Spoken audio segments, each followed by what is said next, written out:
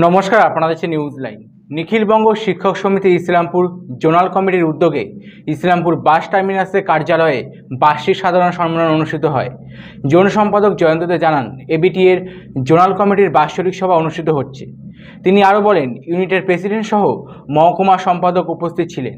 সাংগঠনিক বিষয় নিয়ে আলোচনা হবে বলে তিনি জানান। প্রতি বছরই এই সাংগঠনিক আলোচনা সভা অনুষ্ঠিত হয়, এই বছরও তা অনুষ্ঠিত হচ্ছে।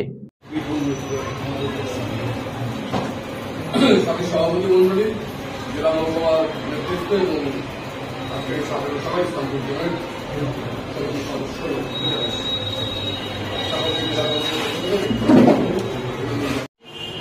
বিগত দিনে যেভাবে আমাদের ইসলামপুরে যে কাজগুলো করেছে তার জন্য ধন্যবাদ।